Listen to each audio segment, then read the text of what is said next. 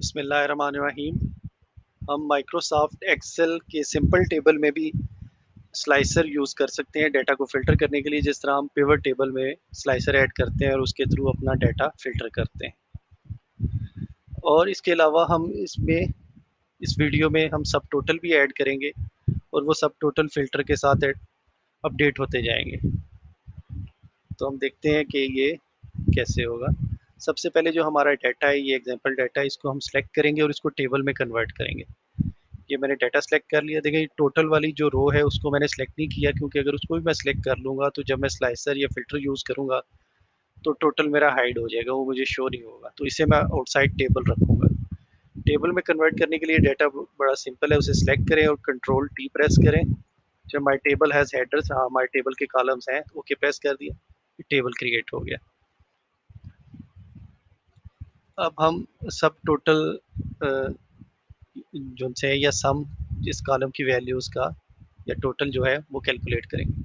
हम सिंपल सम के फार्मूले की बजाय सब टोटल कैलकुलेट करेंगे। उसका फ़ायदा ये है कि वो फ़िल्टर के साथ अपडेट हो जाएगा। सिंपल सम होगा, एक कॉलम में हम सम कर लेते हैं, एक में सब टोटल, तो वो हमें जब हम स्लाइसर यूज़ करेंगे तो हमें पता भी लग जाएगा कि सम अपडेट नहीं होता जैसे ही फ़िल्टर अपडेट होता है।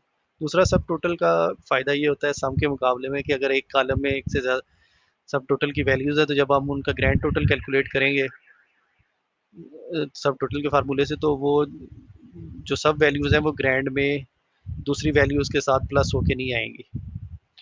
अब हम यहाँ पे सब total S U P type करें, उसके बाद सेलेक्ट कर लें, डबल क्लिक किया।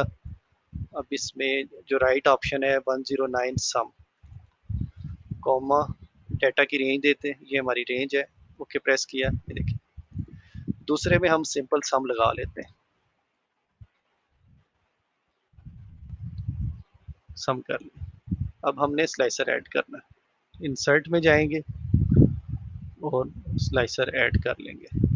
ये स्लाइसर है, क्लिक किया, किस कॉलम की बेस पे हमने ऐड करना है, रूम स्लैश एरिया। ये आ गया। इस पर राइट क्लिक करके हम इसकी सेटिंग्स में भी जा सकते हैं। इसकी जो कैप्शन है या हेडर है, इसको हम हाइड भी कर सकते हैं, इसे चेंज भी कर सकते हैं। अब हम इसको यूज़ करें, डाइनिंग रूम पे क्लिक किया, डाटा हमारा फ़िल्टर हो गया डाइनिंग रूम से। यहाँ पर जो हमारा टोटल था वो 200 आना चाहिए था, लेकिन चूंकि यहाँ पे हमने सिंपल सम का फार्मूला यूज़ किया हुआ है तो फ़िल्टर के साथ वो अपडेट नहीं हुआ, ये सब वैल्यूज़ का ही सम ले रहा है। जबकि जो हमारा सब टोटल था, जहाँ पे हमने सब टोटल का फार्मूला यूज़ किया, वो चेंज हो गया। ये देखिए ये चेंज हो रहा है, जबकि एस्टिमेटेड करंट वैल्यू वाला जो कॉलम है उसका जो टोटल है वो चेंज नहीं हो रहा, क्योंकि वहाँ पे हमने सिंपल सम वाला फार्मूला यूज़ किया। सब वैल्यूज़ को सिलेक्ट करना है, जैसे क्लोज करें। तो ये बड़ा ही सिंपल है। तो हमने देखा कि हम जो नॉर्मल एक्सेल का टेबल है उसमें भी स्लाइसर या फिल्टर ऐड करके इजीली अपने डाटा को यूज़ कर सकते हैं।